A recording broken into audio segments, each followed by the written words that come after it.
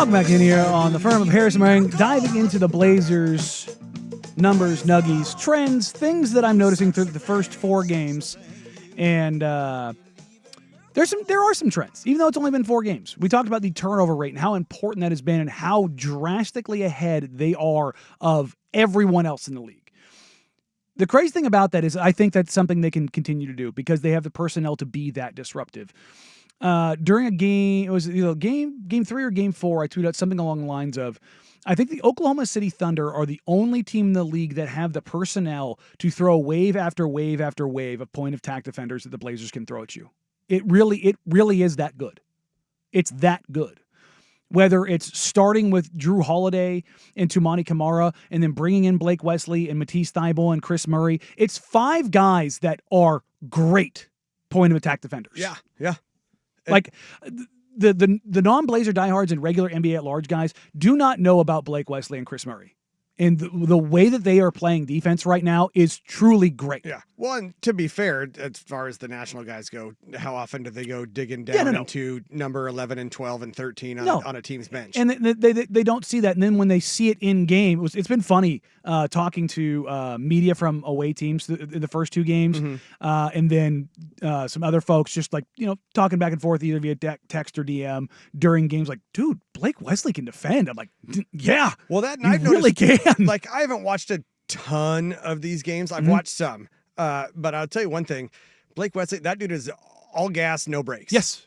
I mean, whether on defense or offense, all gas, no brakes. He just goes. And you live with it because he's a guy that he plays this hard, and this is something Chauncey Billups really preached, is that if you don't match that intensity when you're on the floor with those guys, you stand out. And this is where I want to give Shaedon Sharpe credit. Yeah, the shooting has been egregiously bad. Yes. He's getting steals. He's getting rebounds. He's giving the effort. He is locked in. He is focused. He is playing hard. He is giving the Fs on the defensive end. 100%. And that is what we wanted to see, and that is what Chauncey beforehand wanted to see from him. And so now he's doing it. And that's great, and that's what we want. And I think that with him doing that and showing that effort on that end, the shooting will come around. Knock, knock. Let's hope. Let's pray. It will come around. It'll come around. So those turnovers, though. So the Blazers are number 1 in forced turnovers, 22.3%. Massive number. It's also leading to the number 4 rate in transition opportunities. So they're not just turning teams over, they're turning them over and going. Right. Now, so which means when we say something like that, it means you're not just turning the ball over and grabbing the pass and dribbling up court. You are forcing it up court. You're making the outlet pass. Whether it was Chauncey in game 1 or Thiago through 3 games, spinning the arm.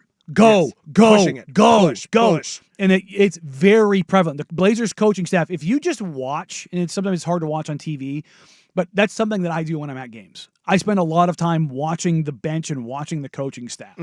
Because what I do is, I watch the games, but a lot of the minutia stuff I pick up on when I rewatch it at night. When I come home and I do my film watches. When you get like a second watch. That's when I start looking for the little things. The different stuff. Yes, but in game, I want to make sure I'm watching things that I may not necessarily be able to pick up on the film.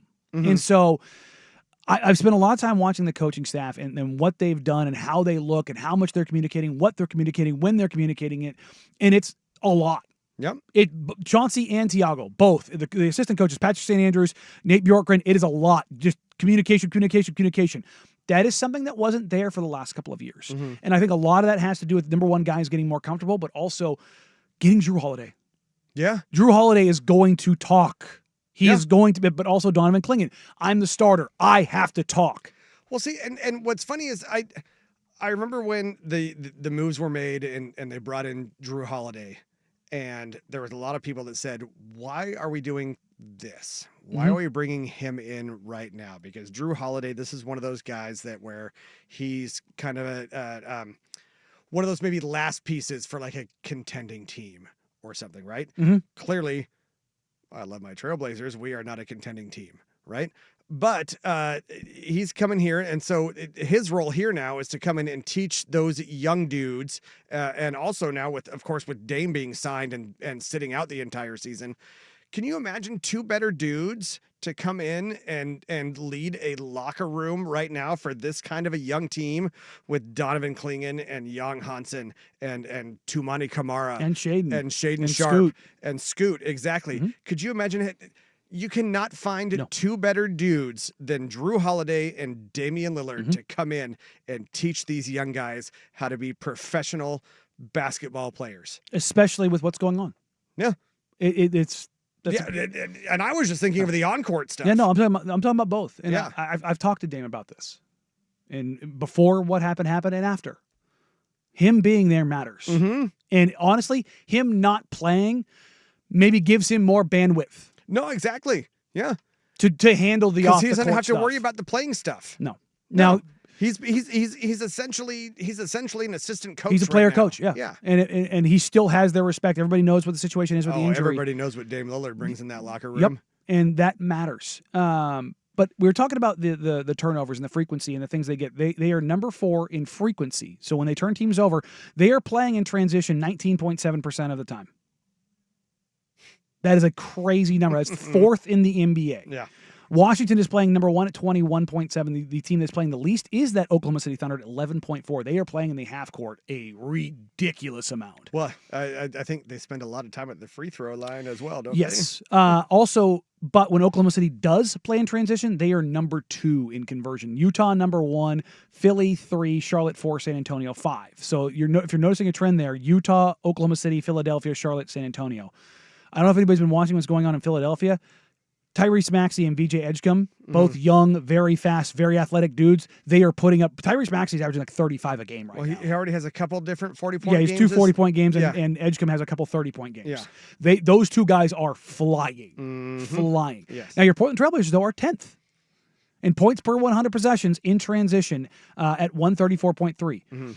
The thing about them is they have the opportunity to actually get better because while they're good so far in rim frequency and three-point frequency, the problem they run into, if I pull up their shooting data, as my screen here refreshes, in location effective field goal percentage. So if you were to average, league average shooting from the rim, mid-range, and 3, that's what this takes into account. The Blazers are 4th in the NBA. Orlando, Chicago, San Antonio. Those are the 3 teams in front of them. Their location effective field goal percentage is 56.5%. League average is 54.6. That means the shots they're getting analytically, shots at the rim, shots from 3, are very, very good. Here's where the problem lies. Okay.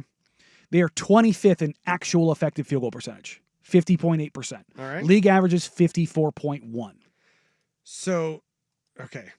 Pardon my average NBA brain. No, perfect. Go. So this is telling me that they are getting the chances, they're just not converting hitting them. Yes. And that will come.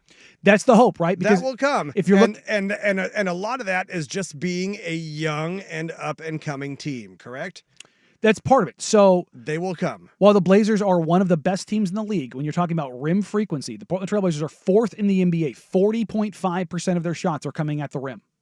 40.5.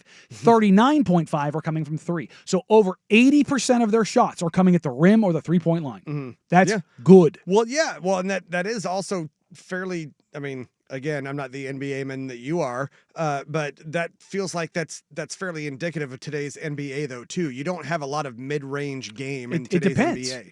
The Blazers are so far behind. If you want to talk about frequency of that mid-range shot, the Blazers are dead last. 20% of their shots are coming from mid-range.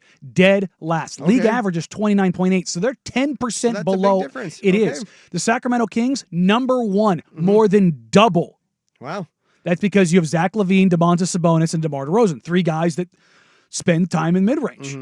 They are shooting 43.7% of their shots from mid-range. The Kings are. It's player profiles and how you build your team. How this Blazers team is built is very specific. Again, they are number 4 in rim frequency. Here comes the problem. Rim conversion. The Portland Trailblazers are 23rd in the league, 62.5%. So you're getting all those shots at the rim, but not converting. And they're 23rd in the league in 3-point percentage, 33.3. And league so you're average getting all those shots outside the arc, but not converting. And here's where the turnover rate matters. And that is just this season, correct? Yes, that's just through the first 4 games. We are still on small sample size There's a ton theater. of noise, but if what your eyes are showing you, Right. the turnover rate, this is why this matters. Mm-hmm. The Blazers are getting to the line and they're generating more shots. Yeah. They're out mathing the math. Right. If you're not going to be efficient, get volume. Yeah. They took 18 more shots from the field than the Lakers. Now, the Lakers took 11 more free throws, but you're still +7 in field goal attempts and shooting possessions.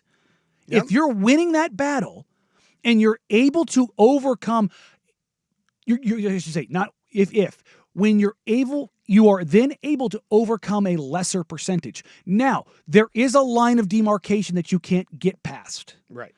That's the Los Angeles Clippers. They shot 37% from the field. If you shoot 37% from the field, you better have 20 plus more shooting percentage. I feel like the Clippers are always some sort of weird line of demarcation. Well, they are. Because they're the Clippers. But I'm saying in games in general, if you're going to shoot that poorly, you better make sure they shoot pretty poorly and you're beating them from the field. Absolutely. But you're seeing the way this team can beat teams, even being a subpar shooting team. Those are the indicators and the lines that I'm looking at of like, okay, this is starting to matter. So you have the turnovers that you're forcing. You have the shooting profile that you want. You have the aggressiveness and the intensity that you want. You also are playing with the pace that you want. And I'll finish this up here and we'll pivot to some NFL here in just a second. The Blazers are playing with the 6th highest pace right now in the NBA. 106. Mm-hmm. That would be 3 points higher than number 1 last year. 103.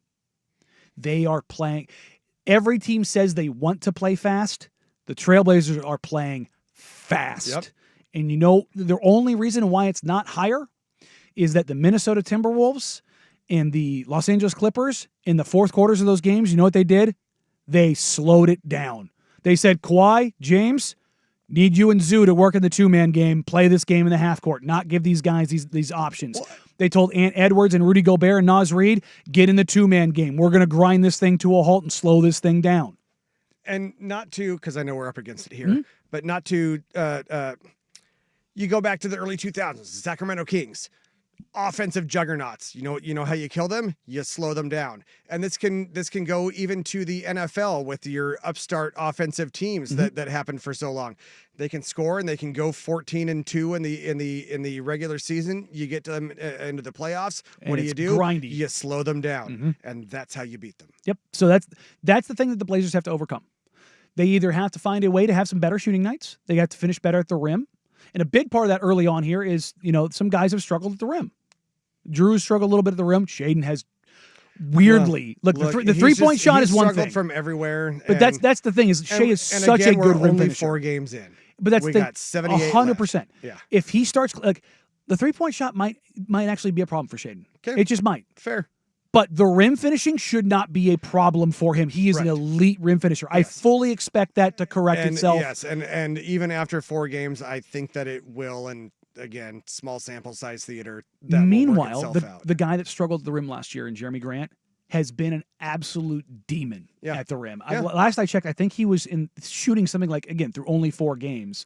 I believe he's shooting 80+% at the rim. Let me pull this up real quick. And that's where I've kind of been like, I know 88%. I know that we have had our disagreements on this, but I think that is why it is good for Shaden to be in the starting 5 and Jeremy to be coming off the bench, because Shaden has had all of the shooting issues this season so far. Again, only through 4 games, but we don't want to put those sort of shooting struggles as your first guy off the bench.